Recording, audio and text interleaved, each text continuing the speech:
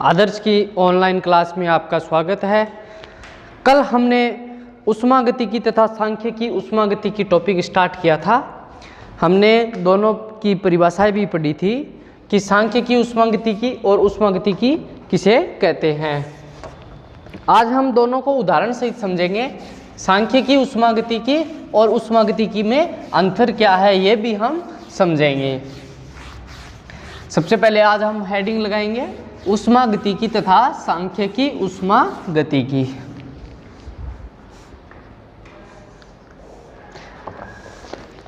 ऊष्मागतिकी तथा सांख्यिकी ऊष्मागतिकी।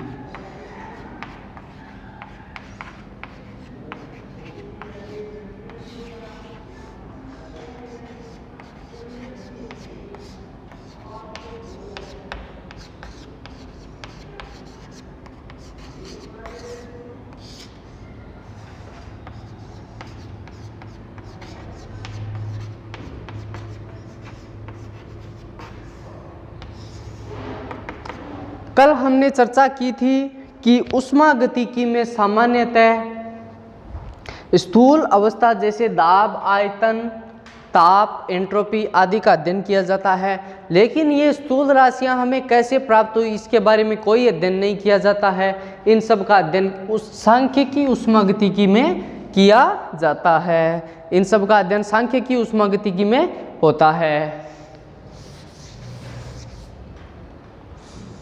देखिए, सांख्यिकी ऊष्मागतिकी में प्रत्येक सूक्ष्म अवस्था तथा उनके मध्य संबंधों का भी अध्ययन किया जाता है। नोट कीजिए, सांख्यिकी ऊष्मागतिकी में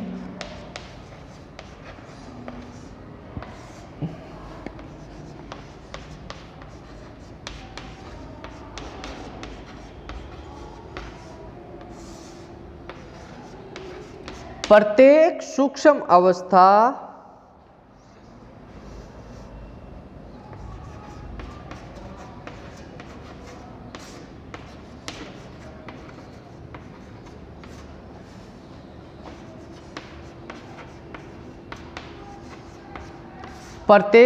अवस्था तथा उनके मध्य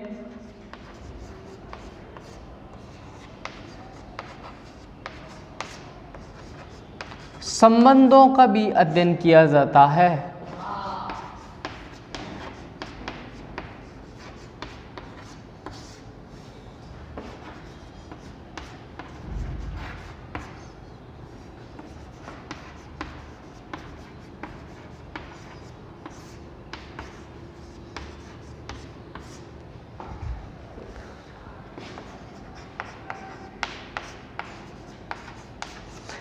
ये देखिए इंपॉर्टेंट है। ये सूक्ष्म अवस्थाएं कौन सी? ये सूक्ष्म अवस्थाएं मिलकर ही स्थूल अवस्था का निर्माण करते हैं। अर्थात सांख्यिकी ऊष्मागतिकी से ही ऊष्मागतिकी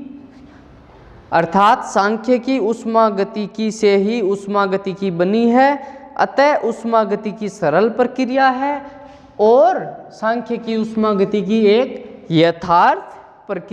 यथार्थ ऊष्मागतिकी है। आइए, इसके बाद अगला टॉपिक है हमारा समान पूर्व प्रायिकता का सिद्धांत।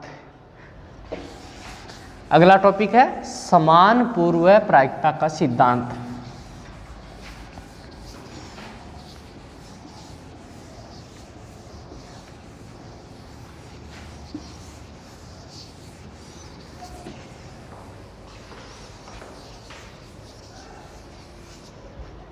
हेडिंग लगाइए समान पूर्व प्रायिकता का सिद्धांत।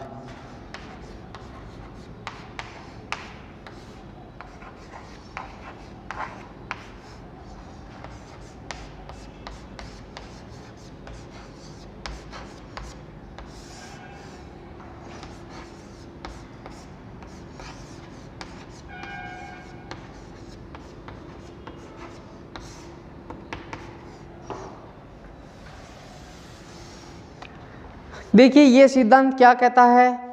हम जानते हैं कि कोई भी स्थूल अवस्था है वो बहुत सारी सूक्ष्म अवस्थाओं से मिलकर बनी होती है। प्रत्येक सूक्ष्म अवस्था के बढ़ने की प्रायिकता का सिद्धांत ही समान पूर्व प्रायिकता का सिद्धांत कहलाता है। इस सिद्धांत के अनुसार यदि कोई दी गई स्थूल अवस्था के संगत सभी सूक्ष्म अवस्थाओं के घटने की प्रायिकता समान होती है। आइए इस प्रमेय का हम स्टेटमेंट नोट करते हैं। देखिए, हम जानते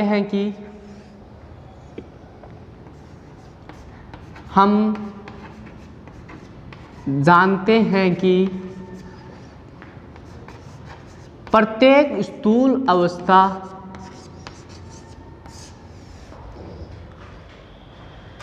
प्रत्येक स्थूल अवस्था या कोई भी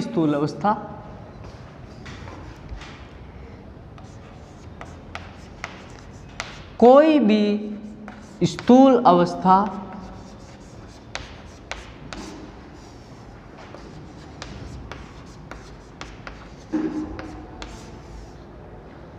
बहुत सारी सूक्ष्म अवस्थाओं से मिलकर बनी होती है।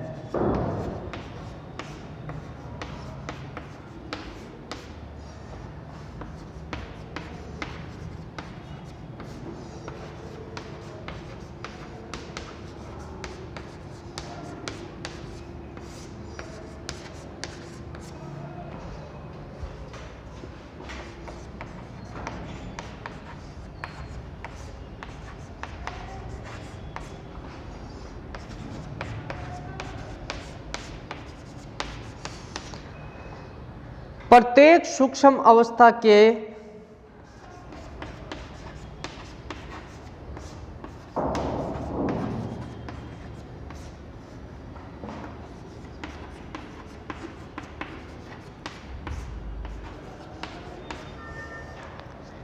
बढ़ने की प्रायिकता का सिद्धांत ही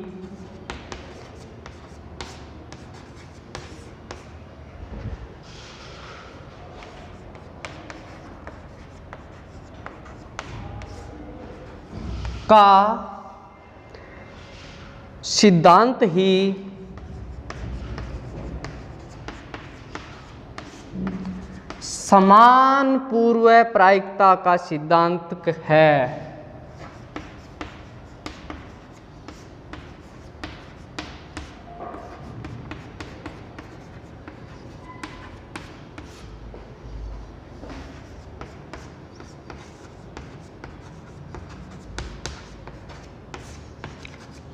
समान पूर्वक प्रायिकता का सिद्धांत ही है। जिसके अनुसार, किसके अनुसार? समान पूर्व प्रायिकता के सिद्धांत के अनुसार, जिसके अनुसार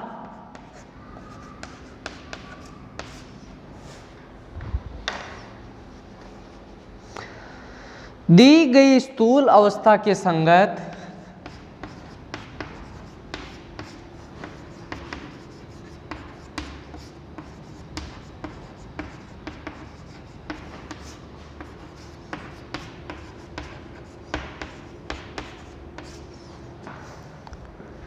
सभी सूक्ष्म अवस्थाओं के घटने की प्रायिकता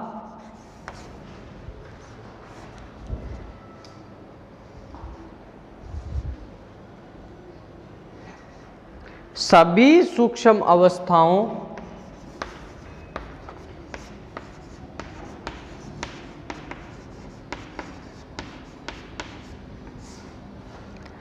के घटने की प्रायिकता समान होती है।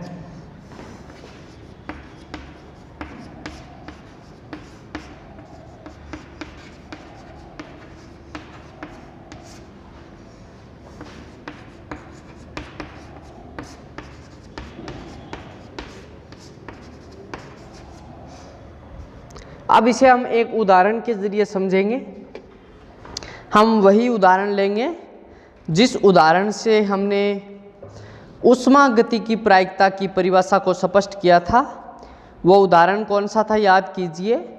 जब हमने ऊष्मागतिक प्रायिकता की परिभाषा दी, उसके बाद हमने ऊष्मागतिक प्रायिकता को एक उदाहरण के जरिए समझा था। वही उदाहरण हम दोबारा ले लेते हैं। वहाँ पर हमने माना था कि हमारे पास एक निकाय है और वह निकाय दो बॉक्सों बॉक्स ए और बॉक्स बी से मिलकर बना है, जिसमें चारों कणों को विकृत करना है और हमें 5 स्थूल अवस्थाएं प्राप्त हुई थी। उसी उदाहरण को हम दोबारा लेकर के उदाहरण की सहायता से स्पष्ट करेंगे। देखिए,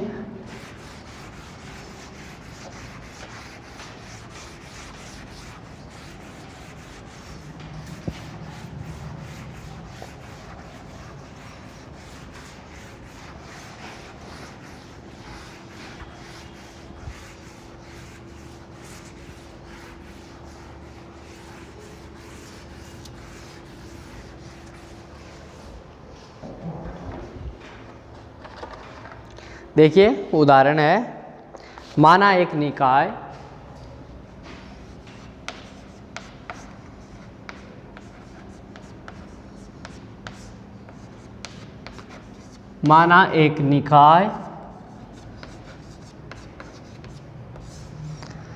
दो बॉक्स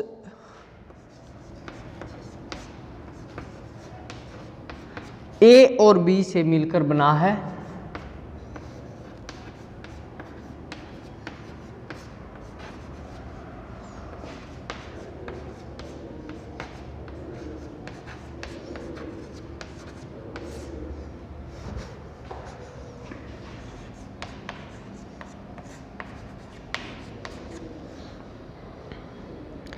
जिसमें 4 कणों को वितरित करना है।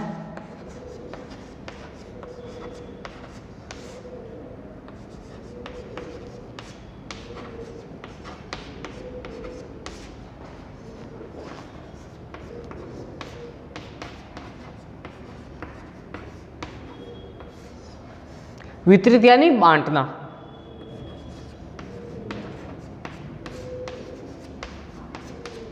हमने ऊष्मागतिक प्रायिकता पढ़ा था, उस समय ऊष्मागतिक प्रायिकता में ये पढ़ा था कि 4 कणों को हम कितने प्रकार से वितरित कर सकते हैं। हो सकता है हम पहले बॉक्स में 1 कण को रखें, तो दूसरे बॉक्स में हम 3 कणों को रखेंगे। हो सकता है हम पहले बॉक्स में 2 कणों को रखें, तो दूसरे बॉक्स में भी हम 2 कणों को रखेंगे। हो सकता है पहले बॉक्स में हम 3 कण रखें, दूसरे बॉक्स में 1 कण को रखना है। हो सकता है पहले बॉक्स में हम 0 कण रखें या कोई कण ना रखें, तो दूसरे बॉक्स में 4 कणों को रखना होगा। हो सकता है हम चारों कणों को पहले बॉक्स में रख दें, तो दूसरे बॉक्स खाली रहेगा, या दूसरे बॉक्स में 0 कण रहेंगे। इस आधार पर हमें कितनी स्थूल अवस्थाएं प्राप्त होगी? 5 स्थूल अवस्थाएं प्राप्त होगी। तो इनमें से हम कोई एक स्थूल अवस्था लेकर इसकी आगे अध्ययन करेंगे। मान लेते हैं हम स्थूल अवस्था 1-3 को लेकर के हम समान पूर्व प्रायिकता का सिद्धांत समझेंगे। स्थूल अवस्था 1-3 के संगत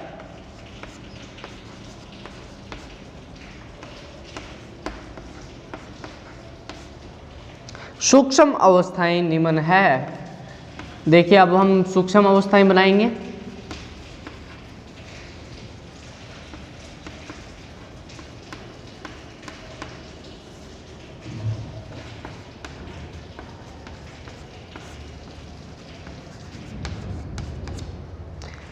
देखिए, ये हमारे पास 2 बॉक्स है, ए और ये दूसरा बॉक्स है बी।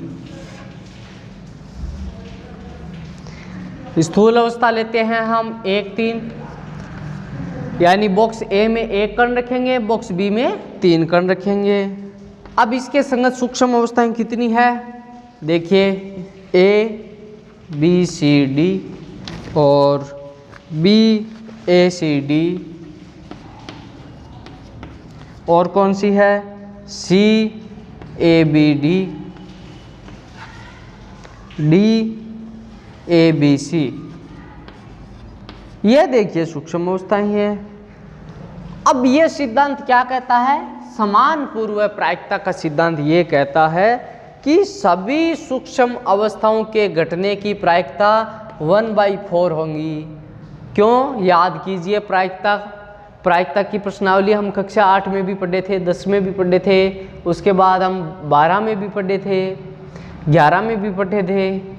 याद कीजिए, प्रायिकता हम कैसे ज्ञात करते हैं, और हमने इस कक्षा में भी पढ़ा है प्रायिकता, किसी घटना के घटित होने की संभावना को प्रायिकता कहते हैं। यानी ये सूक्ष्म अवस्था घटने की प्रायिकता कितनी है, 1/4। एक तो ये बटा कुल 4, ये भी 1/4, ये भी 1/4, ये भी 1/4। अतः इस सिद्धांत के अनुसार, इसके नीचे लिखना है, अतः इस सिद्धांत के अनुसार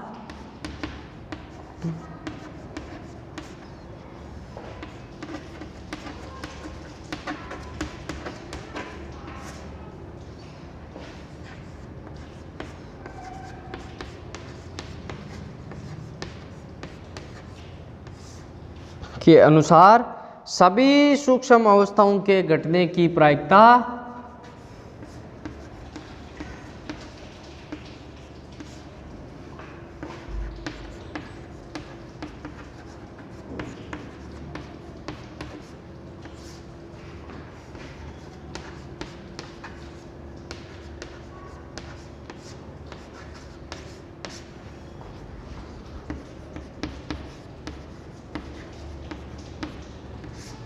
कितनी होगी, 1/4 होगी।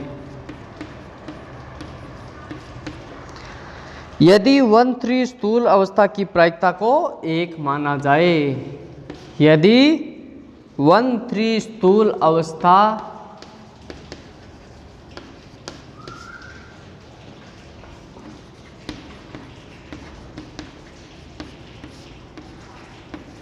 की प्रायिकता को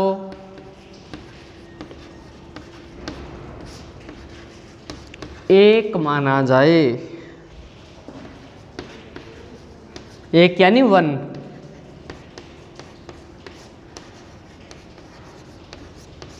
ये था हमारा समान पूर्व प्रायिकता का सिद्धांत। इसके बाद हम पढ़ेंगे प्रायिकता वितरण। आगे हेडिंग लगाइए, प्रायिकता वितरण।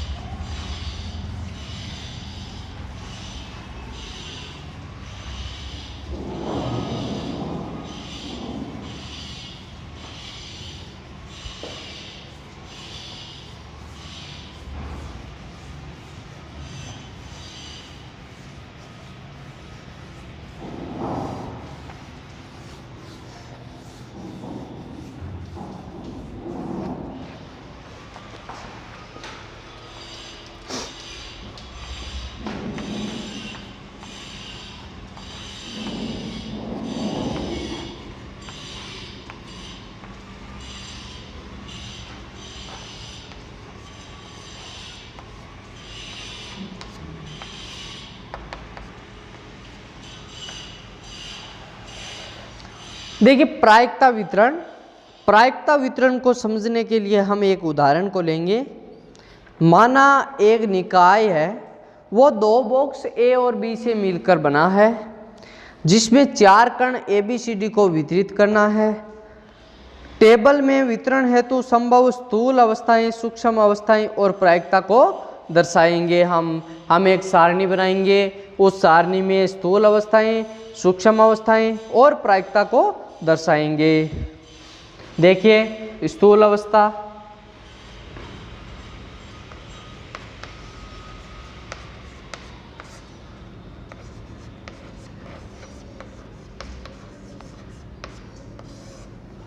यहां पर हम सूक्ष्म अवस्थाएं लेंगे।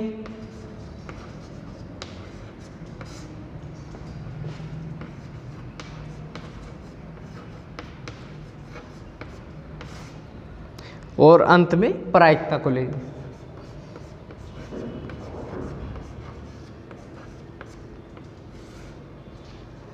जीरो 4 स्थूल अवस्था है और इसके संगत सूक्ष्म अवस्थाएं होगी 1 और प्रायिकता होगी 1/16। आगे देखिए स्थूल अवस्था 1,3, इसके संगत सूक्ष्म अवस्थाएं होंगी 4 और प्रायिकता होगी प्रत्येक की 1/4। अगली स्थूल अवस्था है 2,2, इसके संगत सूक्ष्म अवस्थाएं होंगी 6 और प्रायिकता होगी 3/8।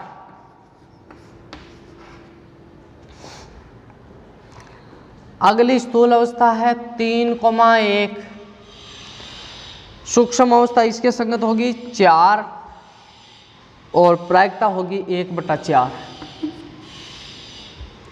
अगली स्थूल अवस्था है 4,0, इसके संगत सूक्ष्म अवस्था है 1 और इसकी प्रायिकता है 1/16।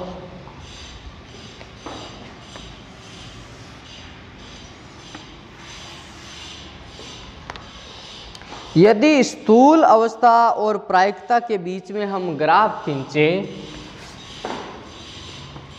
किस किस के बीच में? यदि हम स्थूल अवस्था और प्रायिकता के बीच में ग्राफ खींचे तो हमें इस प्रकार का वक्र प्राप्त होगा। देखिए अब हम ग्राफ बना रहे हैं।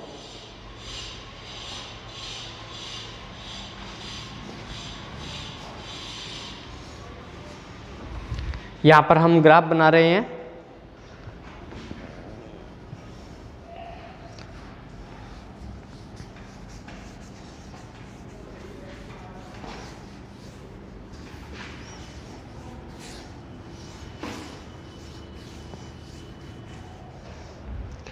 आइए अब हम ग्राफ बनाएंगे। स्थूल अवस्था को लेंगे एक्स एक्सिस पर और प्रायिकता को लेंगे वाई एक्सिस पर।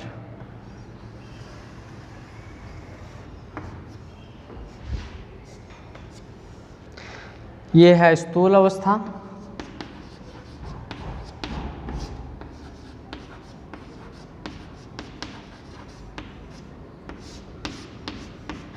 और वाई एक्सिस पर लेंगे हम प्रायिकता को।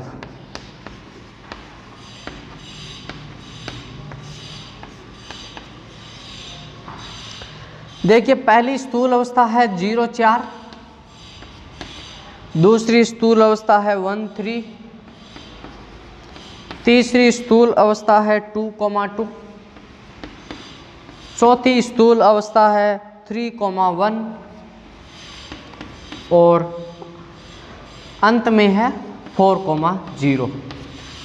प्रायिकता भी इस प्रकार है। देखिए 1/16, 1/4 और 3/8। ग्राफ बनाइए। पिछली सारणी को देखिए, स्थूल अवस्था 0,4 के संगत प्रायिकता कितनी थी? 1/16 थी। सारणी को देखकर आप बताइए स्थूल अवस्था 1,3 के संगत प्रायिकता कितनी थी? 1/4 थी। पुनः सारणी को देखिए और स्थूल अवस्था 2,2 के संगत प्रायिकता बताइए कितनी थी? 2,2 के संगत प्रायिकता थी 3/8। सारणी को देखकर बताइए 3,1 स्थूल अवस्था के संगत प्रायिकता आपको कितनी है? 1/4। स्थूल अवस्था 4,0 के संगत प्रायिकता देखकर बताइए कितनी है? 1/16। इस प्रकार का हमें ग्राफ प्राप्त होता है। इस ग्राफ में हमें कौन सी रेखा प्राप्त होती है? ये ग्राफ कैसा है? ये ग्राफ है असतत वक्र या असतत ग्राफ भी कह सकते हैं इसको।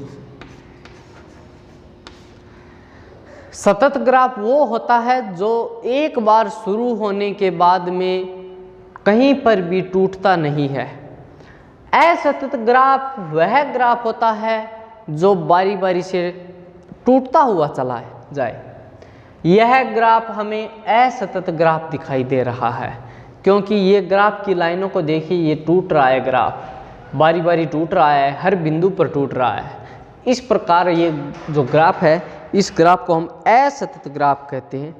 ऐसा ग्राफ हमें क्यों प्राप्त हुआ, असतत ग्राफ प्राप्त होने का क्या कारण है? असतत रेखा प्राप्त होने का कारण है यहाँ कणों की संख्या बहुत ही कम है। कणों की संख्या बहुत ही कम है। कितनी है? 4। हमने 4 ही कण तो भरे हैं, माने हैं ABCD। इन्हीं 4 कणों को 2 बक्सों में, हमें 2 बॉक्सों में वितरित किया है। कणों की संख्या बहुत ही कम है। लेकिन ऊष्मागतिकी में हम जानते हैं कणों की संख्या बहुत अधिक होती है, तथा साथ ही हम यह भी जानते हैं कि कोष्ठिका की संख्या भी बहुत अधिक होती है। उस अवस्था में इस उपरोक्त वक्र, ये जो ग्राफ दिखाई दे रहा है, यह ग्राफ में ये रेखाएं एक दूसरे के बिल्कुल समीप होंगी और हमें लगभग सतत वक्र प्राप्त होगा। लगभग कैसा प्राप्त होगा? ऐसा सतत ग्राफ प्राप्त होगा। देखिए, ऊष्मागतिकी में कणों की संख्या बहुत अधिक होती है, लेकिन हमने यहाँ पर कणों की संख्या बहुत ही कम, केवल 4 ली है। और ऊष्मागतिकी में बहुत सारे कण हैं, तो ये ऐसी लाइनें बहुत सारी प्राप्त होगी और जो एक दूसरे के अति समीप होगी। और अति समीप होने के कारण हमें ग्राफ लगभग सतत प्राप्त होगा। ग्राफ तो असतत ही होगा लेकिन लगभग सतत होगा। ग्राफ तो टूटा हुआ ही होगा, लेकिन वो लाइनें, ये रेखाएं एक दूसरे के इतनी ज़्यादा नज़दीक होगी कि हमें ग्राफ सतत ही प्रतीत होगा। और इस वक्र की दी गई व्यवस्था के बीच हम प्रायिकता ज्ञात कर सकते हैं। और यह जो ग्राफ है, इसी ग्राफ को हम प्रायिकता वितरण कहते हैं। यही प्रायिकता वितरण है भाई।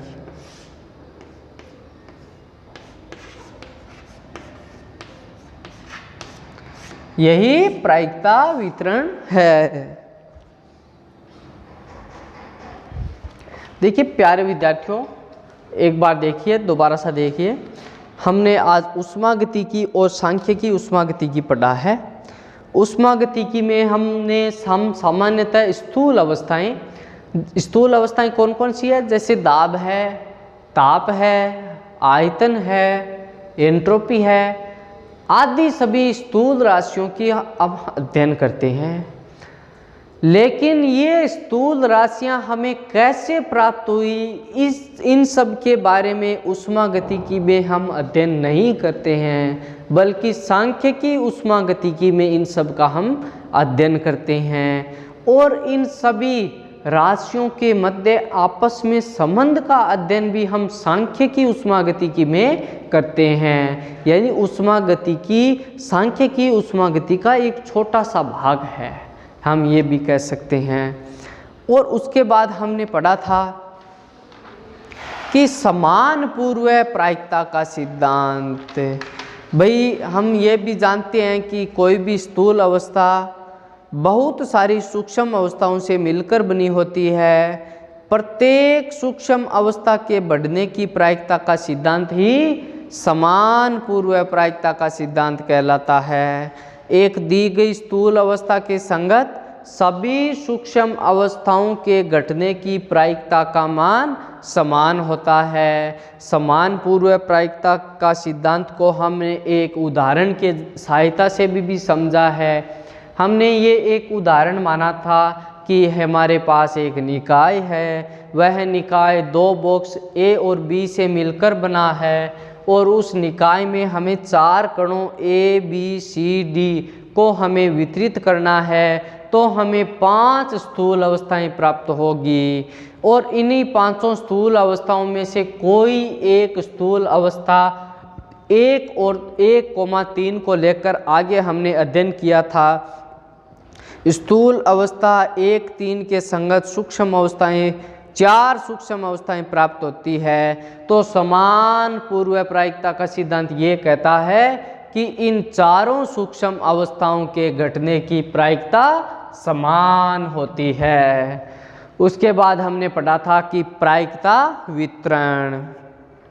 प्रायिकता वितरण को समझने के लिए हमने क्या किया था कि एक सारणी बनाई थी। सारणी कौन सी सारणी बनाई थी? हमने ये माना था कि हमारे पास एक निकाय है और वह निकाय दो बॉक्स ए और बी से मिलकर बना है और उस निकाय में हमारे पास 4 कण है, चारों कणों को हमें वितरित करना है। इस आधार पर हमने एक टेबल बनाई थी, टेबल के आधार पर ग्राफ बनाया था, ग्राफ के आधार पर हमें 2 ग्राफ प्राप्त हुए और अगला ग्राफ ही एक प्रकार से अगले ग्राफ की सहायता से हम प्रायिकता को ज्ञात कर सकते हैं। यही प्रायिकता वितरण है। इसके बाद अगला टॉपिक हम अगली कक्षा में पढ़ेंगे। तब तक सभी विद्यार्थियों को बहुत बहुत धन्यवाद। किसी भी विद्यार्थी को किसी भी प्रकार की समस्या या किसी भी प्रकार के विद्यार्थी को परामर्श हो तो विद्यालय से सूचना प्राप्त कर लें कि सर विद्यालय में है या नहीं। उसके बाद विद्यालय आकर परामर्श कर सकते हैं, फ़ोन पर भी परामर्श कर सकते हैं। सभी विद्यार्थियों को बहुत बहुत धन्यवाद।